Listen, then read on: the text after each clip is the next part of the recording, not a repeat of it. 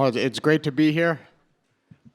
My name is Adam Wade. I'm a storyteller. I live in New York City via Hoboken, New Jersey.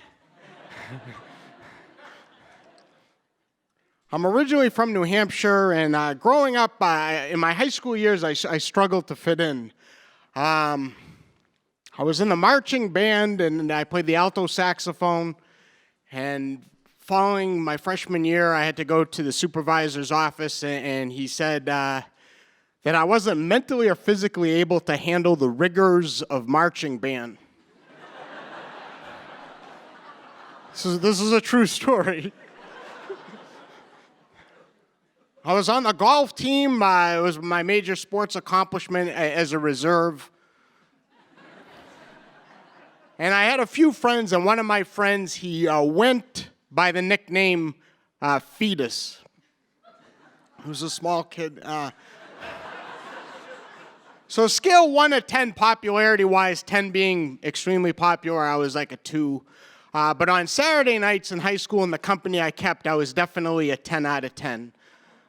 Every Saturday night I spent with my grandmother and my great aunt.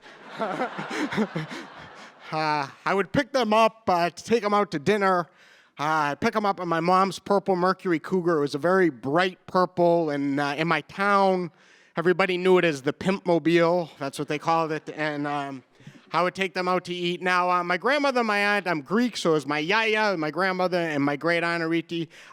They were sisters. Both their husbands had passed, so they lived together, and they're both retired from the shoe factories, where my yaya, my grandmother, she used to put the shoes together. She was on the front line, and all those years, like 55 years of putting shoes together, her skin looked like the skins of potatoes.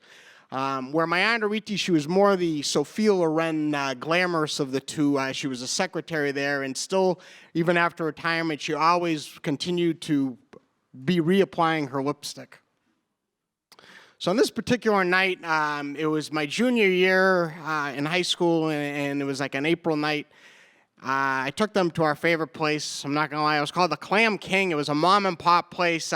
Specialty was seafood. And we went in and we ordered, and they got the scallops with French fries and tartar sauce, and I just got a hamburger because I got a weak stomach. And once the waitress started walking away, that's when we started to play this game. And I kept my eyes on the waitress, and once she disappeared, I winked to my aunt Ariti. She opened up her purse, and my yaya leaned over, and she knocked the salt and pepper shakers into the purse. There was a zip, we had them, and it was like a big mission accomplished, and we're like, we did it, yeah. And they're like, you did such a good job as the lookout again. I'm like, oh, thanks. I go, but you guys, you did the deed, Like, they had like a cabinet to their basement, and in that cabinet was like hundreds of salt and pepper shakers. So once the food came, they got really excited. My yaya, my grandmother, she didn't like to chew. She just liked to just stuff her face, so she would like choke, and then she would start to cough, and then she would start chewing, and that was her signal. Where my aunt Ariti, she used to just like to look at the steam coming out of the French fries, and she put her hands over them like it was like a campfire. And then once we started eating, it was my favorite time of the night. This is when they would start complimenting me, and they would say, like, oh, you got a haircut, you look good, oh, you look handsome. And I'm like, oh, yeah, it's too short. They're like, oh, no, it's nice. I'm like, oh, thanks.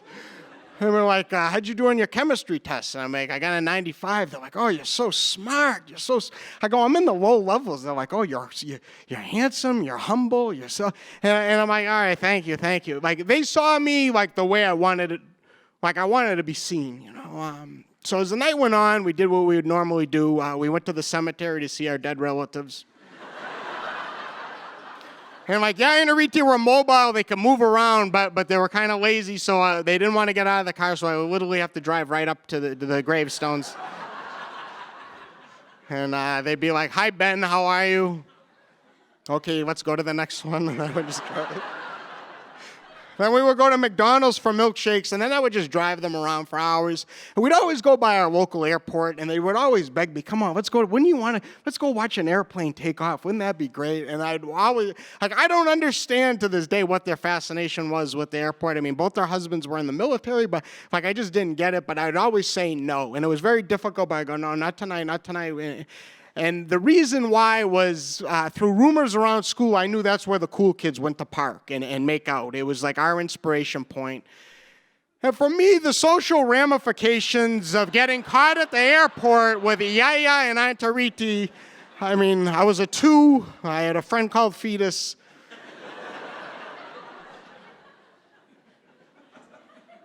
And I had like hopes and dreams and as a 16-year-old kid, and I had never been to the airport. My first time, it would have been nice to actually go with a girl my own age and make out. But unfortunately, girls my age at that time, they didn't like see me that way. So on this particular night, it was still early, and it was daylight savings, and they were begging me, and I looked, and there was no cars. I'm like, all right, one plane, and they got so excited. So we drive in, and I'm like, one plane, we're getting out of here, you know, in my head. And so I put the radio on. It's loud enough so they can hear it, but I've perfected this. It's like the oldie station. It's loud enough so they can hear it, but not loud enough that they're going to start complaining. And Yaya's in the front seat and Ariti's in the back, and we're waiting, and like a half hour later, we see this little propeller plane go. And it starts taking off, and I hold Yaya's hand, and I hold Ariti's hand. And as it takes off, we go, whee! And it's nice. It's like a nice moment. We feel good, you know? And then like my head, like a switch goes off, like, you got to get out of here. You got to get out of here. And I go to start up the car, and Yaya puts her hand on and she squeezes my wrist, and she's like, you know, I got a question before we leave. And I'm like, what is it? And she's like, do you think that plane's going to China? Like, I wonder if that plane, and I'm like, I mean, it's a little plane. I mean, your guess is as good as mine. And she's like, and Arichi's in the backseat. She's the older sister, my aunt. And she's like, how the heck is he supposed to know if that's going? I mean, and she lights up a Pall Mall menthol, and she's had cancer 3 times. She shouldn't be smoking, but she needs her fix. So she takes a couple puffs and throws it out the window. And then they start fighting. And Yaya's like, you should stop smoking. You know, one more time, you're gonna go down for the count. And they start doing hand gestures back, and it's very entertaining. I know not to take sides because I'll be not smart. But it's really enjoyable to watch them fight. And then I look in the rearview mirror, and then there's a parade of cars coming in, and it's all the cool kids, and they got the Central High bumper stickers, and I'm caught, and I'm starting to panic, and then this blue Suburban pulls next to me, and it's the last car I want to see. It's SD's car. He's a senior and just quite a mean person. And he sees the pimp mobile, and he yells. He's like, Adam Wade. Oh, my God, he's at the airport. Adam Wade. And the tone is like more surprised and a little bit impressed. And so he goes, who you got in there, stud? Who you got in there?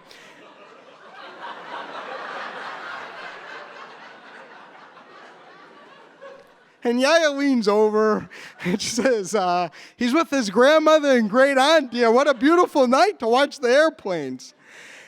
And they start laughing, and I just start sweating. And I look up, and I see high beams flashing the pimp mobile and horns and people yelling my name. And I look over at them, and they're smiling at me, and they're like, you know everybody. And I'm like, wow, like, this is amazing. And I'm like, no, it's not what you think. And now it's like dripping with sweat. And they're like, what's wrong? Did you eat too fast? You got to go. I go, I don't have to go to the bathroom. I'm good.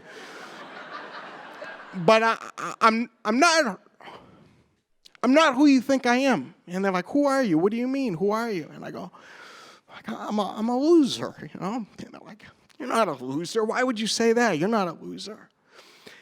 And I snap, and then I go, because I'm with you two on a Saturday night. That's why I'm a loser. I mean, I'm with you two. And I've never talked to them like that before, and I just start up the car, and we drive away in silence. I feel this shame. We get back to their house, and I go sit on the love seat, and they put on their little slippers made of yarn and their house coats, and they start boiling water for hot chocolate, and they get out the Swiss fudge and the poppycock popcorn.